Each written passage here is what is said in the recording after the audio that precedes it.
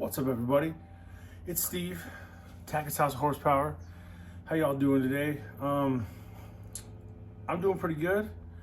Today we're going to do a short video on one of the greatest inventions of all mankind.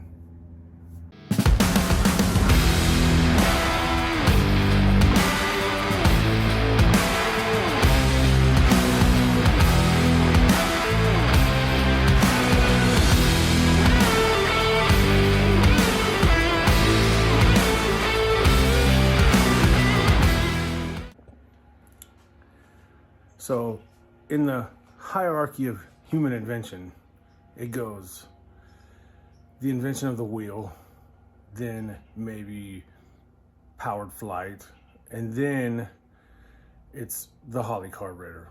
It is. Trust me. Google it. Go ahead. I'll wait. Okay. Maybe not just under powered flight, but it's up there. Okay. And me personally, I love them. I love the Holley carburetor. And hopefully with a little bit of help, you will too. Just about everything I own has a Holley carburetor on it. Even the crotch rocket. No, just kidding. Not the crotch rockets.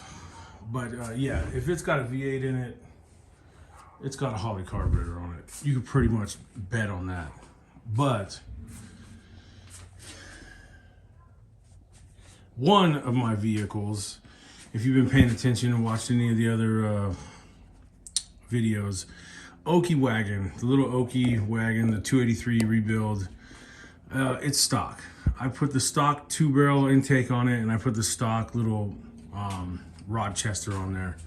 And I've done my best. I really have. But that thing has got no throttle response. It's terrible. I can't deal with it anymore.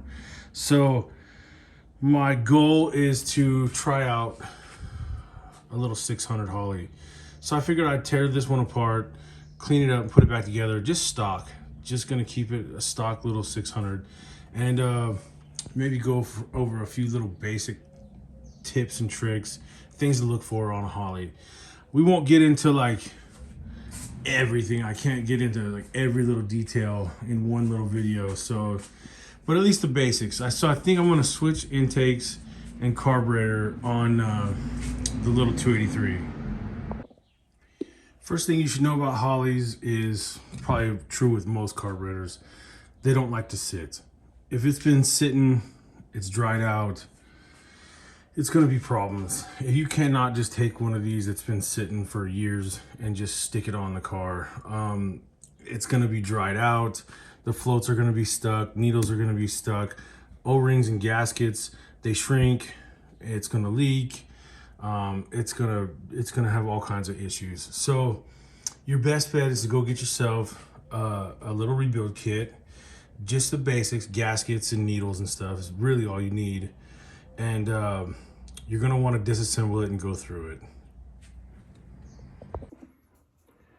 First thing you want to do is do a visual inspection on it, and make sure you don't have any cracks or anything broken, especially on the base plate. These ears will break off, things happen, it gets dinged up, broken, cracked, missing ear off of it or something like that. Check all that. Check your linkages, make sure it's not froze up. This is a vacuum secondary carb. We'll get into that in a second, but it's pretty stiff, but that's just probably because it's gummed up and dried up and sitting. But once you do a visual inspection on it, make sure you're not missing anything. Because I don't know anything about this carburetor. I probably picked this up at the swap meet for 40 bucks, and it's been sitting here on my bench for years, just waiting for a project to stick it on. So if you're not sure what you have, check the choke horn. On the front of the choke horn, Holley puts their part number. It'll be a list number. This one is list number 1850-2. So I know that this is an old Holley 600. It's fairly old 600, but that's okay. We'll get her going. All right, so as I've mentioned, this is a vacuum secondary carburetor. What that means is only the primaries, or the front two barrels, are going to be operated with your gas pedal. When you step on the gas, it's only going to operate the front two. The back two, or the secondaries, are operated by vacuum. They open with this vacuum diaphragm that's inside here, this big round thing here. So when you step on the gas, you're only operating the primaries. That's going to be operated only by the vacuum diaphragm. Now, on a double pumper carburetor, why they call it a double pumper, I'll show you. So on a double pumper, you don't have that big vacuum diaphragm sticking off the side. And when you operate the gas pedal, when you step on the gas pedal, it's going to open all four. See that? And when I say pump or pumper, you got two accelerator pump diaphragms, one in the front and one in the back. So when you step on the gas, I'm going to get a primary squirt and I'm going to get a secondary squirt, front and rear, are called a double pumper. That's where that terminology comes from. All those old timers, when they say that stuff, that's what they're saying. That's what they mean. So this would be a double pumper carburetor, or mechanical secondary carburetor. But we're not messing with that today. We're messing with a good old fashioned little tiny Holley 600.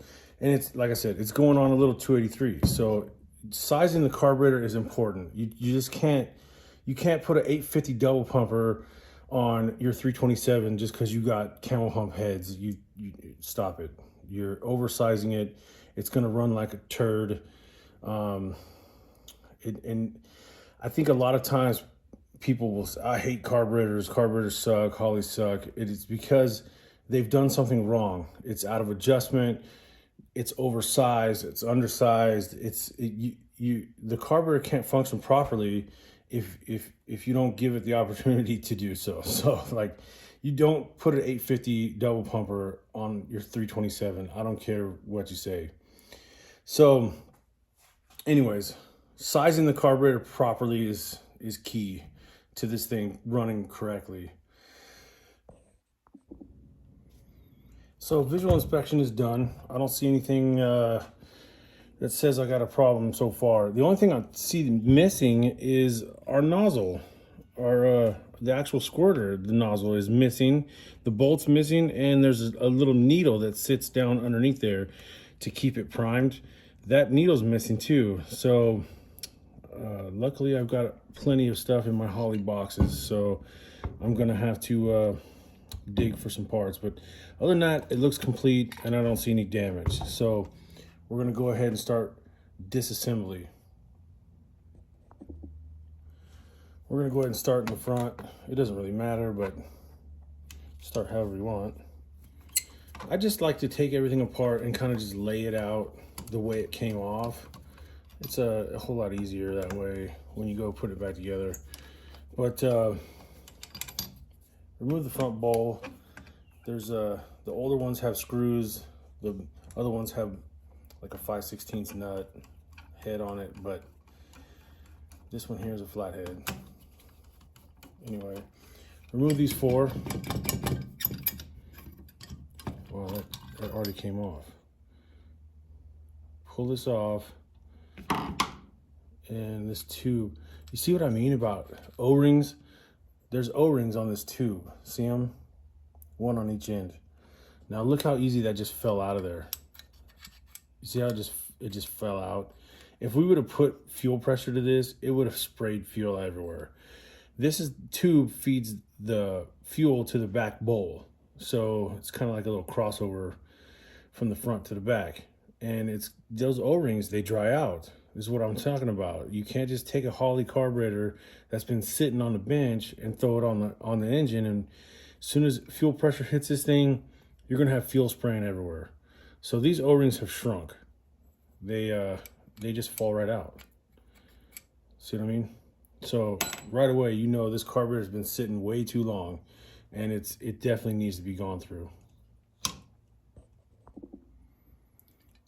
Now on this primary bowl, we have the pump diaphragm, and it is stiff as you can't move it. It doesn't, so that would definitely not squirt any fuel at all. So we would have no accelerator pump squirt at all. It's stiff. So right away, these diaphragms, they either get hard and brittle, stiff as a board, or it'll crack. And every time you step on the gas, fuel's gonna spray out of here, out of this hole right there. So again, it's dry, it's old, it needs to be replaced. But check that. That should be easy to move with your thumb. If it's not, it's dried, so it needs to be replaced. It's gonna crack if you don't. You're gonna leak fuel out of there if you don't. So this is what I'm saying. Go through it. 4 little screws and it comes off. And just listen to it. Listen. It sounds like cracking an egg. Yeah, that's done. Some of these have a look at all the junk in there. They have a little check ball in there. Make sure that's freely moving. If not, you won't get a, when that thing, what that check ball does, some of them have like a little rubber umbrella looking plug that goes in there. What that does is when you pump the diaphragm, when it goes to refill, that needle I talked about a minute ago that's missing underneath there, that thing's gonna close, and the diaphragm with the spring underneath it is gonna suck fuel from the bowl.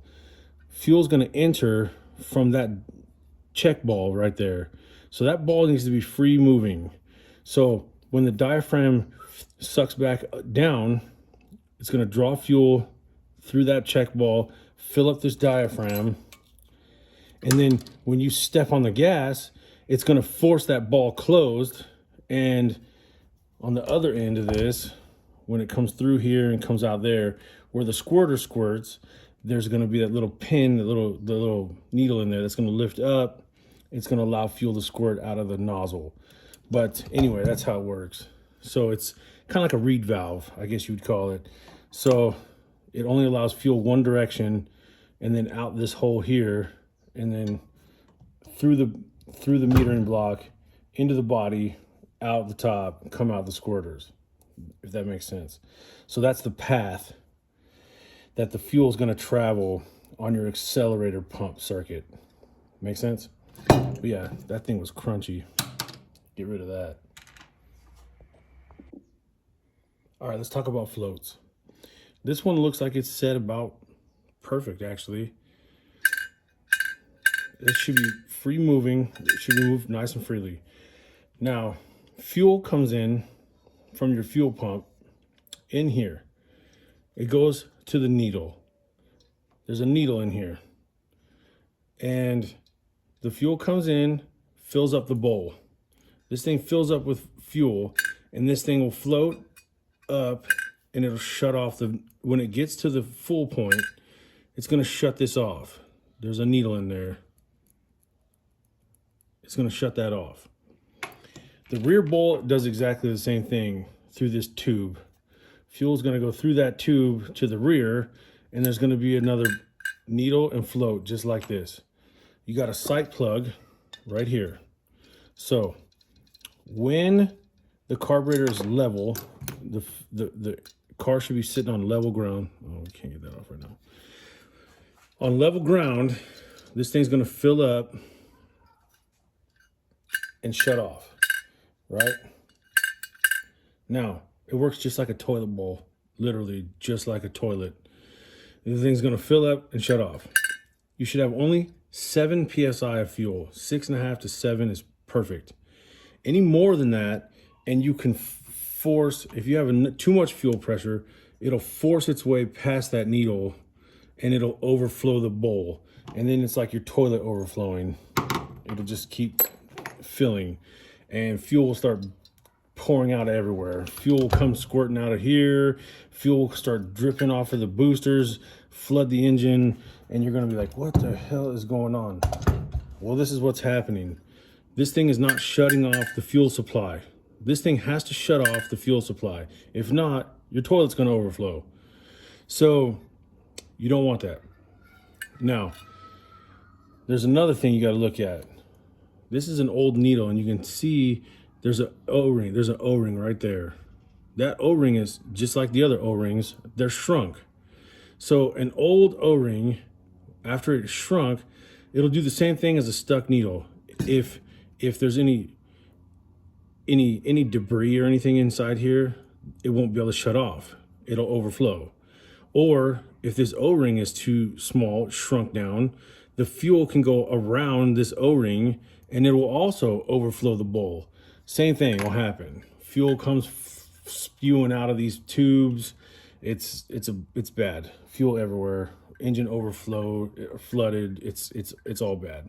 So the height of this is adjusted by the needle to your sight plug on the side. When this is level, I want the fuel to the bottom of those threads or just below it. So this will be your adjustment, and I'll show you that later. But right now, just visually inspect everything. Is it moving freely? You know, obviously it needs to be cleaned, yes, but you know, those are the things we're looking for.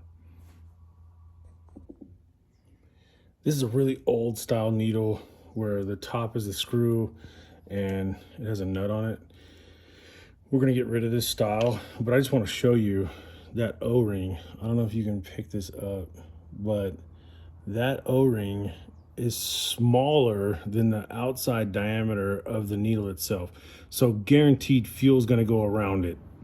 Fuel can go around that O-ring, overflow the bowl. So this would immediately, it would never shut off. It's never gonna shut off the fuel supply.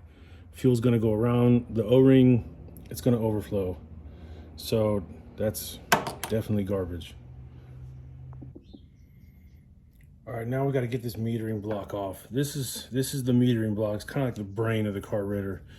Well, usually these gaskets, they're so dry, and the original paper cardboard looking gaskets, they do not want to come off.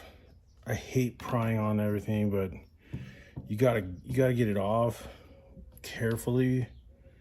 Don't break anything. Oh, it's moving. Oh yeah, it's coming off.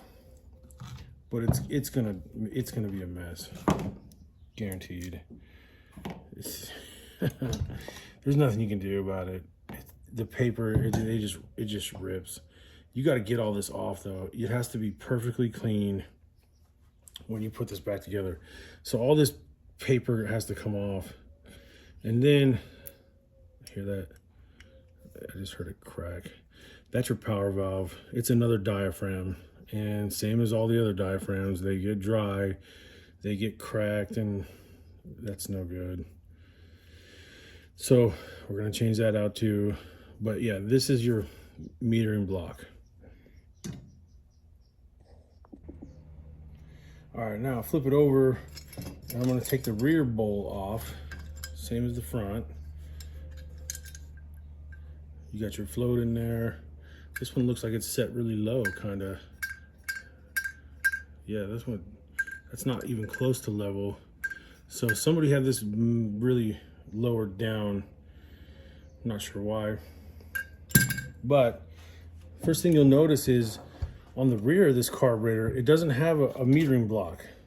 A lot of Holleys have 4-corner idle. A lot of your bigger carburetors are gonna have a metering block on the front and the rear. One here and one there. These smaller carburetors, typically 600s, 450s, 390s, the small 4 barrels, they don't have a metering block. They just have a plate, and it does the same job. It has emulsion holes and stuff, but it's not, you can't change jets. You don't have 4-corner idle. You don't have none of that stuff with this style carburetor. It's pretty just set it and forget it. There's no adjustability on it.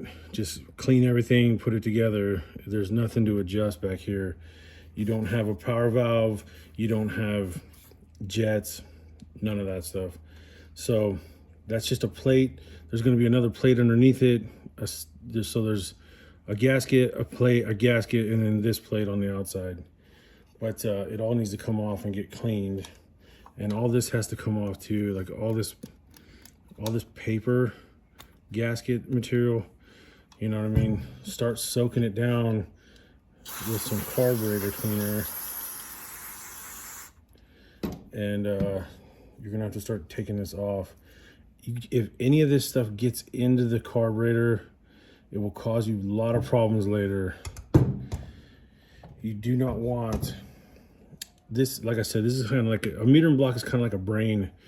So it's got a bunch of little holes and ports in it, and all the old gasket material. Be real careful. You got to get all this clean, but you don't want any of this stuff to get in any of those ports or holes or anything. If it does, you're going to be hating life. Next thing we're going to take off is the vacuum diaphragm, so we can get the base plate off. There's a little clip on here. Hold on to it, because if the thing will take off, pew, it's gone. You'll never find it. Take it off, set it somewhere you're not going to lose it. Pull this rod off. Man, that thing is crunchy. Wow. Okay, get that rod off of there. Next, there's a few screws on the side. And this thing, and take this choke off too. Take them both off. All right, once you get this off, it's 3 screws, and there's a little tiny like cork gasket. It sits right there. Don't lose it. Clean that surface too. You're gonna replace it, but make sure you get it off. Oops. There's a little gasket right there. 3 screws that in that clip, and then this diaphragm will come off. We'll rebuild that too in a second.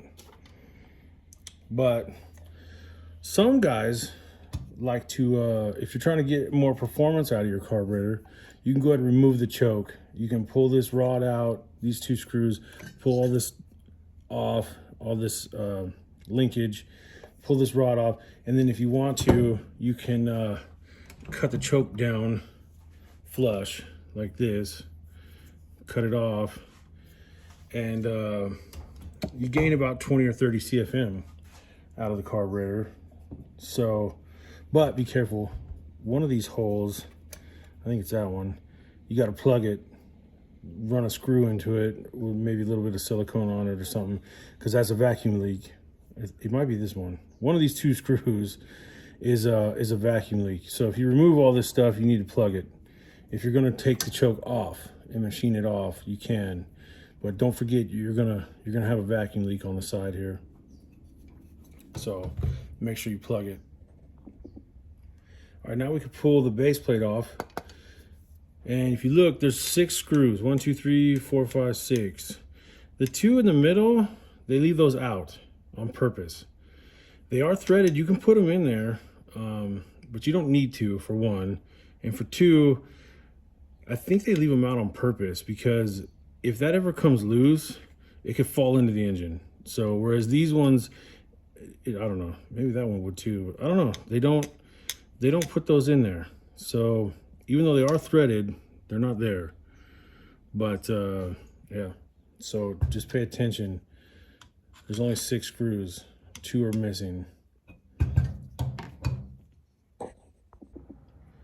All right, now that we got it down to the body here, the main body, start cleaning all these gasket surfaces. Real careful though. Soak it with a little bit of carb cleaner and try to get these off without gouging anything or scraping anything up. Okay, once you spend about an hour or so cleaning all your gasket surfaces, carb cleaner, rag, whatever it takes, especially on these base plates, be careful. You want to pay attention to the transfer slots. There's one in each corner here. You want to make sure those are clean. You don't want nothing, no carbon or anything built up in there. Make sure that slot is nice and clean. But yeah, start just laying it all back out, getting it all cleaned up, and then we can start reassembly. So check this out. If you go to the performance section over there at O'Reilly's, up on the wall they have needles. They want $21 each for a needle, right? And then right next to it, they have this little rebuild kit for $43. It comes with 2 needles. It comes with a power valve. It comes with the diaphragm for the vacuum secondaries. It comes with all the gaskets. I don't like using these gaskets. I'll probably see if I got some blue ones in my box. But yeah, you don't want to use these unless you absolutely have to. But yeah. So why would you buy a needle for $21 when you can get this whole kit for $43? I don't know. All right, I'm gonna start putting it back together. First thing I'm gonna do is get the right base plate gasket. The kit comes with several, so make sure you match up the holes and get the one that fits correctly. And stick it up back all together. Start putting it together. Sometimes they have dowel pins and stuff. This one doesn't have it. So I'm gonna start all the screws loose before I tighten anything down. And then of course you wanna go in a cross pattern as you tighten it up. Remember, those 2 middle ones didn't have a hole.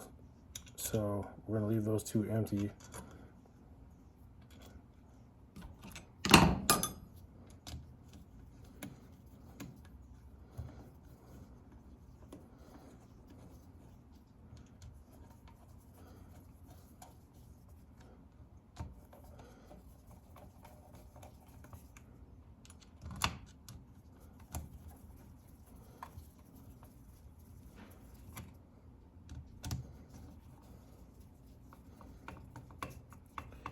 That's pretty much it.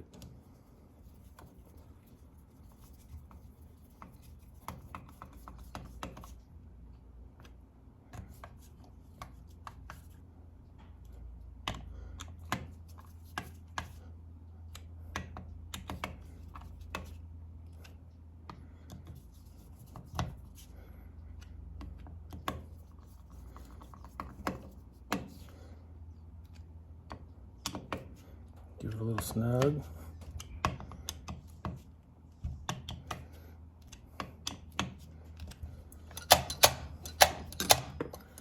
Double check that gasket, make sure it's not hanging out or anything.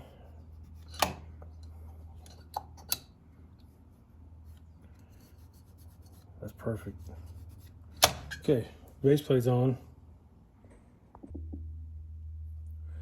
All right, I'm gonna get rid of this style needle and I'm gonna go with the ones that came in the kit.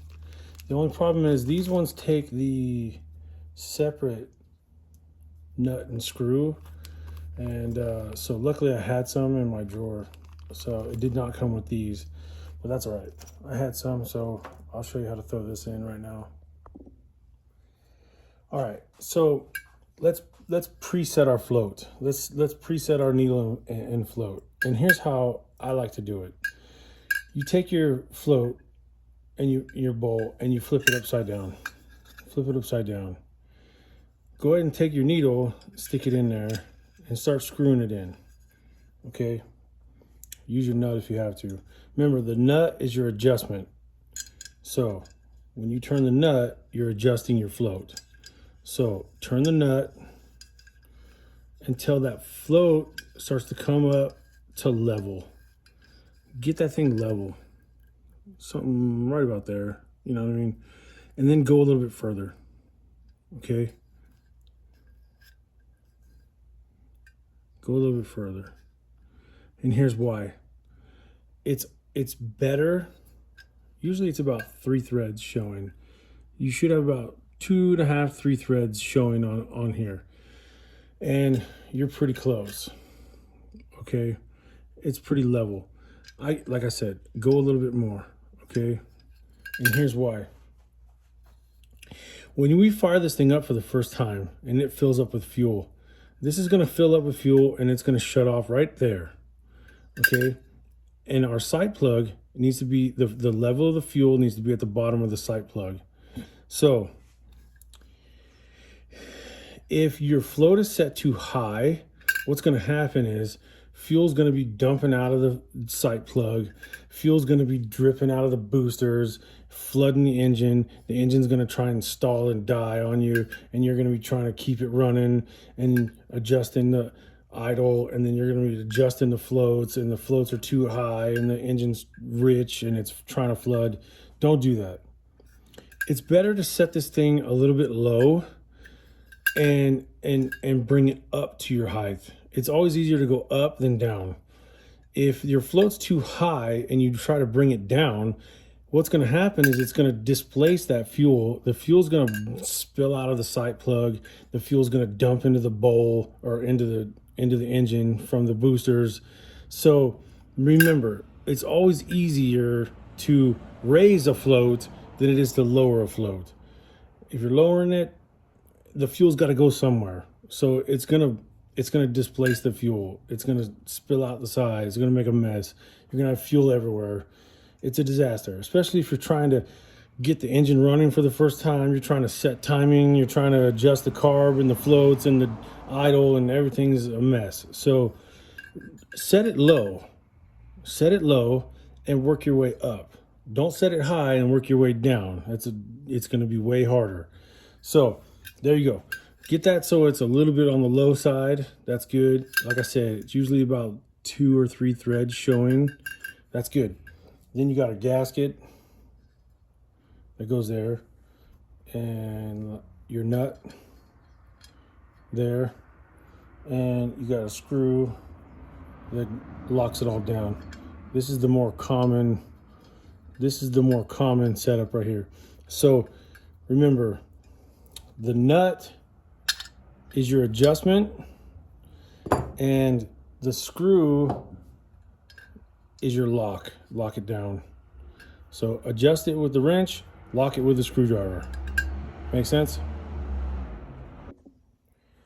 Okay, now I'm going to set up the other one, and this one happens to be the front. So same thing as before, set the needle up to where I think it's going to be a little bit on the low side, tighten it down. Now, this being an older carburetor, it takes the ball, we talked about that earlier. Just make sure the ball is free floating, no debris in there, and it's nice and free. Some carburetors take this little umbrella guy. If yours does, push it through the hole, pull it till it clicks into place on this little nub right there. And when you're done, trim it. Trim that off. You don't want that pushing on the float at all. So you want the float to be nice and free floating. So take this nub and cut it off. Don't leave it sticking up like that. Anyways, this carburetor doesn't have it, so I don't need to worry about it. Now, put your spring in here. Fits in a little groove. Take your diaphragm. Set that on top of there. Stick this guy on here, tighten it up. And you don't have to get crazy because they do strip out pretty easy. So just kind of snug it. You don't have to tighten it down to 9,000 foot-pounds. Don't strip it out. If you strip it out, it's going to leak. Fuel's going to leak out of here. So just a little snug, that's all. Now, let's say you got a car it's been sitting for a while, and you want to get it running. A lot of times you won't have an accelerator pump. The accelerator pump won't work, and you'll go ahead and replace it. And you put one of these diaphragms in, and it should move nice and easy like that. Well, sometimes you put it together and you'll get about 1 or 2 pumps, and then it's hard as a rock and you can't move it no more. And nothing squirted out. Nothing came squirting out of the nozzle. And you're like, what the hell's wrong with this thing? So what ends up happening is once you've replaced all this and it's not leaking and it's good, and you know it's good, but you still don't have an accelerator pump, 99% of the time, it's this little guy. This little guy right here, when the fuel dries out, it sits down underneath the nozzle. And what this does is it allows fuel to go by, and then when it drops back down, it keeps it primed. So when the carburetor sits, the fuel dries up, and then this guy will get welded to the hole. It'll plug the hole up, and you can't get an accelerator pump. It won't squirt nothing, and you'll be like, what is going on? So anyways, the fuel comes in through here, through the top, and then when you accelerate, the pump will squirt out of that little hole. It goes through that hole, it goes into the metering block, it comes out of the metering block right there in the center. And right inside here is where this little guy sits. If this guy is clean, is not clean, if it dries up and it gets stuck down, it'll block that hole and you won't get any accelerator pump squirt. No matter how hard you push on that thing, you won't get nothing. You'll be like, oh, come on, what is wrong with this thing? Anyways, take it apart. It's going to be this guy. Getting it out is kind of hard. Take the nozzle off, spray it down in that hole. Sometimes you got to take the carburetor off and flip it upside down. Spray carburetor cleaner into this hole right here. Make sure that's clean. There's better be stuff coming out the top here. If there ain't, it's this guy. He's stuck in the hole. Get him out. Get him in there. Clean it out. I don't care how you maybe hit it with compressed air, but be careful. This thing will take off. You'll never find it. But sometimes you got to take the carburetor off, like I said, flip it upside down, and just spray it into this hole and get that guy nice and free and loose. If he's stuck, you're not going to get an accelerator pump. Once you know that hole's cleaned out, go ahead and drop him in, pointy side down. So stick him in there like that. And then the nozzle has a bolt with a conical shaped gasket there. And then there's one that goes on the bottom. Where are you? That goes on the bottom. And then there's a groove to line you up so you're straight. Drop all this down in that hole and tighten it up. All right, we can go ahead and start putting the side of this thing back together. Remember what I said earlier. If you want to remove the choke, you can. Remove all this bracketry and chop this sucker off flush. If you got a performance, you know, you're thinking something more performance. Well, so that hole right there, it's the top one here. Look, it's a vacuum leak. It'll come out the center there. So that's got to get plugged. You got to plug this hole. Don't forget that. Otherwise, you got a massive vacuum leak right there. All right, let's do this vacuum secondary diaphragm. Take the 4 screws off the top. Careful, don't lose that spring. And wow, this thing is, wow, yeah. Listen to that. It's just crunchy. Look at all the holes in it. So this thing's no good. All right. Usually there's a check ball right here. A lot of guys take them out as an old Holley trick. Take that check ball out so your secondaries pop sooner.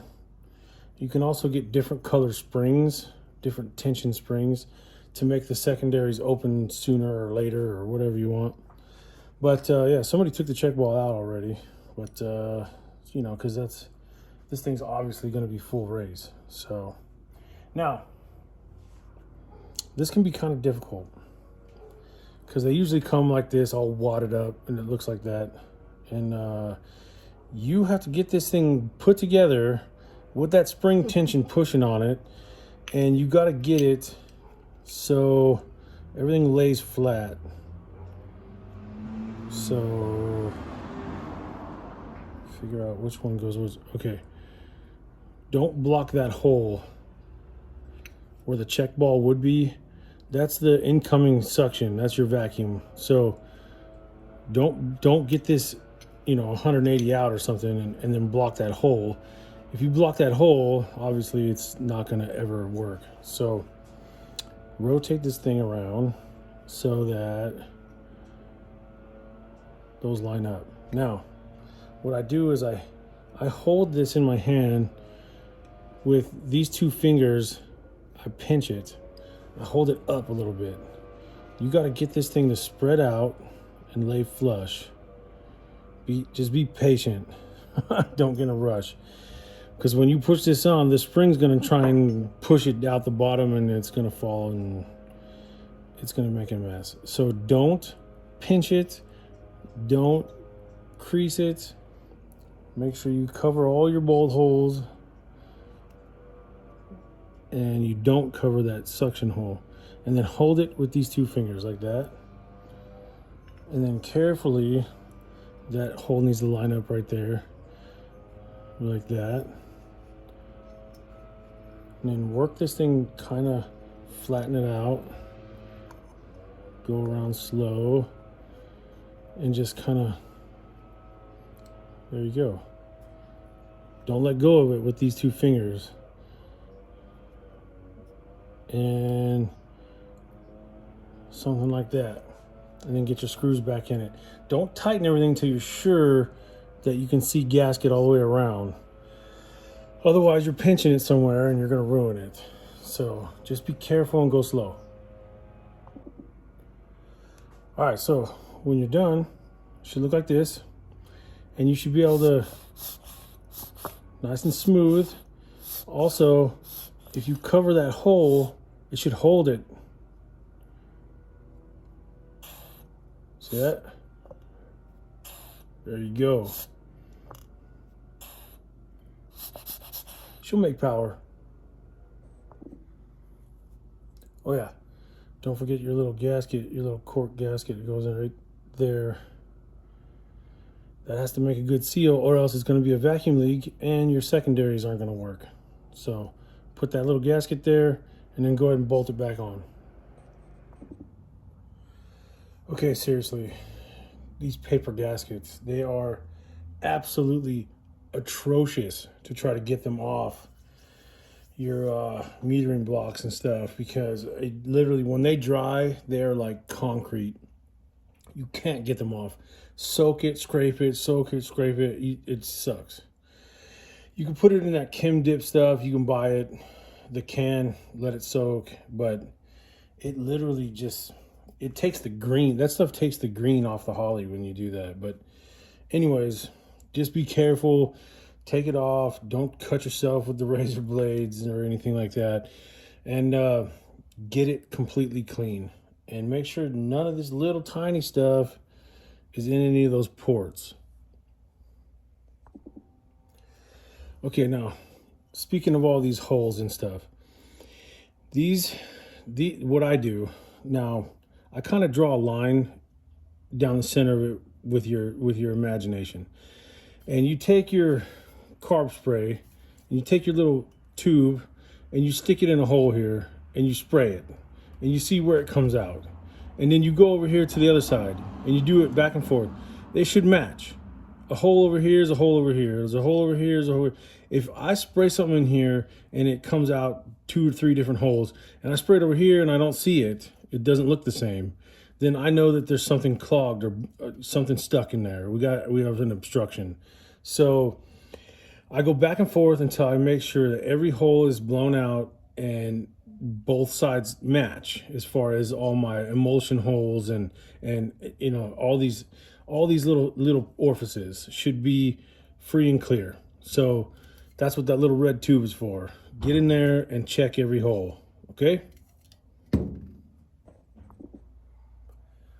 All right, so we're in the home stretch here. I'm just, I wish we could have talked more about like how much stuff is adjustable. Like you can literally, besides the fact that you have a vacuum secondary or a double pumper, Holley carburetors are so adjustable. You got I'm putting the power valve in right now, and there's different power valves depending upon how much vacuum your engine makes. This is a 6.5 power valve. You can get you could even get rid of the power valve all completely.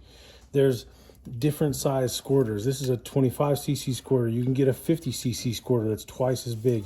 The diaphragm itself is twice as much volume. There's oh man, there's so much. Besides jetting, you've got this cam right here. You can adjust how quickly or how late or how early the cam comes on for your accelerator pump squirt. The idle circuit's adjustable. Air bleeds are adjustable. There's so many things. The squirter nozzle, you can get different size squirter nozzles, different springs and stuff you can put in your vacuum on your diaphragm for your secondaries. Man, there's so much to go over that it literally, I could probably just start a whole new channel and like literally just do episode after episode of all the little things you can tweak on these carburetors. So really, if there's an issue with your carburetor, if it's stumbling off the line or it's bogging up top or it's whatever it is, it's adjustable. It's literally adjustable. I promise you. So anyways, I put the stock power valve in it. I'm also going to put stock jets in it, 62s. So I'm gonna put these back in. I like to write the number, on top of the bowls. If I put a 62 jet in here, I'll write 62 on top of the bowl. So if I ever want to change it, I know what it has in it already. So anyway, they're very adjustable carburetors. In fact, I think that gets people in a lot of trouble because there's so many things that can be tinkered with and played with and adjusted. And I don't know, for some reason, a lot of people think bigger's always better, so they put big carburetors on it, or they put bigger jets in it, or they put, who knows? It just so much stuff that you can play with, and you end up getting down a rabbit hole if you're not careful. I don't know, just like with anything when you're troubleshooting, maybe only make one adjustment at a time. Try it, make an adjustment, try it. If it gets better, great. If it doesn't, you can always go back. You don't want to take something apart and change 4 or 5 things, because then you don't know what happened. If it's better or worse or whatever, you don't know what to do. So take your time, research it, ask people, ask me, send me a comment, question. I don't mind. And again, every engine is so different. Every cam and compression and cubic inch is everything. The intake manifold, the signal it's getting from the engine to, where you live. Do you live in Denver, Colorado, or do you live at sea level? There's so many variables. So many variables. Don't get frustrated. Don't give up. You don't have to LS swap your car. Kidding. If you want to, you can. But anyways, we're in the home stretch, and we're getting down to it. As I'm buttoning this thing up, we should probably talk about the gaskets. Only use these if you hate the guy that you're giving the carburetor to, because these are you don't even want it. Don't even go there. These things right here, when they dry out, it's a nightmare. These are slightly better, not much. These are probably the best bang for the buck, these blue ones. Spend the money, buy a kit with these if you can. Trust me. Especially if you plan on tuning on it, you want to pull the bowl on and off. These will hold up. You can pull the bowls off over and over again, pull the meter and block off. These hold up pretty well. So I recommend these. Bang for the buck, go with these. Pay attention to what gasket usually the kit comes with several. Pay attention. Some of these have a recessed hole here with a piece of a tube, like a little brass tube that sits in there with some O-rings. And you'd put this on there, and that tube would come through that hole. In my case, I don't want that. I want this. It's got the hole in it right there. So if you put the wrong gasket on there, you're not going to get an accelerator pump squirt. You see what I mean? So pay attention and make sure you're using the right gasket. Put it on there. Make sure everything lines up. It goes on the dowel pins because you don't want to put these on backwards or something. So make sure you pay attention.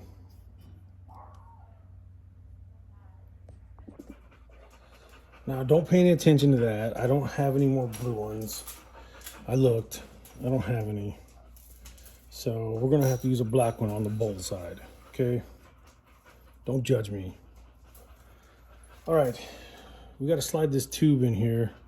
And this is kind of tricky because you don't want to pinch those O-rings. You got to get it down in that hole without pinching it.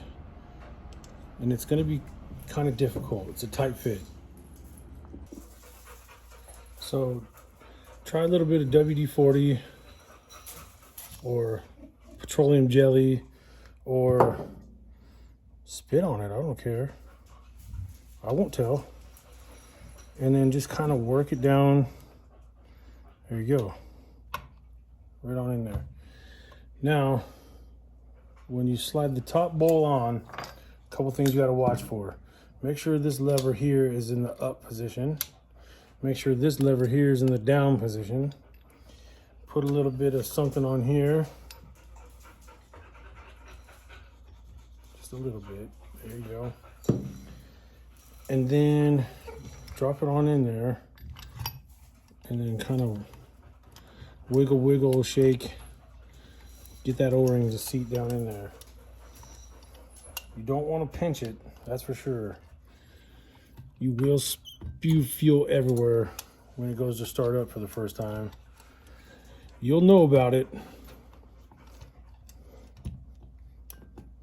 There it goes. I think it's in. I think, no, maybe, possibly, nope.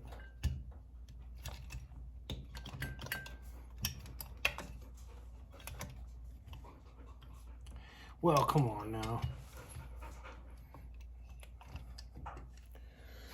All right, so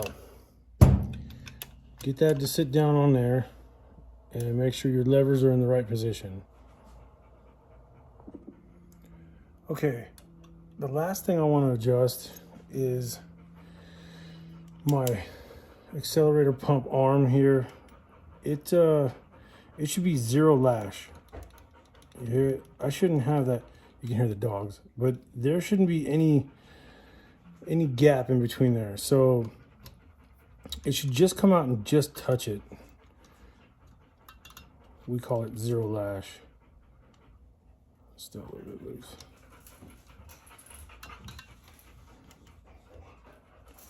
Just touching. No play, just touch it. Just like that. And there you go. Nice and smooth. Adjust it up. I think it's good to go. I'd be ready to run this. I need to get rid of this. I don't know, that's not supposed to be there. I want to get the original style banjo fitting over here. But other than that, I say it's good to go. We could try it out.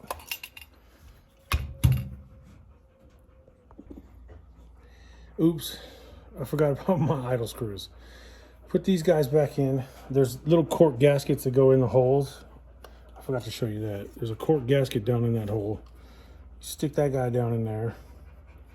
And then you stick your idle screw in. Now, I run it all the way down till it just touches. Run it all the way down. Don't tighten it, just till it touches. Right about there. Okay. And then go ahead and back it up like, I don't know, 1.5 turns, 1.5 to 2 turns. Is close enough to get you started. But yeah, I forgot to tell you about that. It's been a long day. I didn't think this was going to take this long, but sorry. Anyway, idle screw all the way down, touch. 1.5. Okay, idle screws are back in. So there you go. One ugly old Holley. Rebuilt. Anyways, we took it apart, we cleaned it up, so it should be good to go. We're gonna put this together. I'm gonna get this banjo fitting switched out, or put the correct banjo fitting on it. And then I want to put it on this Performer manifold. Somebody painted it orange already. I'll probably repaint it orange. So I want that 283 to at least look stock. And then with the giant stock air cleaner, hopefully you won't even be able to tell that the Rochester's not there. Because that Rochester, I'm telling you, pulling out in traffic is like, I don't know, it's like taking your life in your own hands. So I don't know. So I'm thinking Holley 600 Performer manifold, get that 2-rail manifold and Rochester out of there, and see how it does. Well, I think that's gonna do it for me today. I hope you liked that video. I hope it helped. I think it went a little long, I don't know. Again, there's a lot we could go into with Holleys, and this is just scratching the surface. So, but if that helped in any way, give me a like, give me a subscribe, give me a share, tell your friends. That'd be really, really nice. I'd really appreciate it. Anyways, till next time, see ya.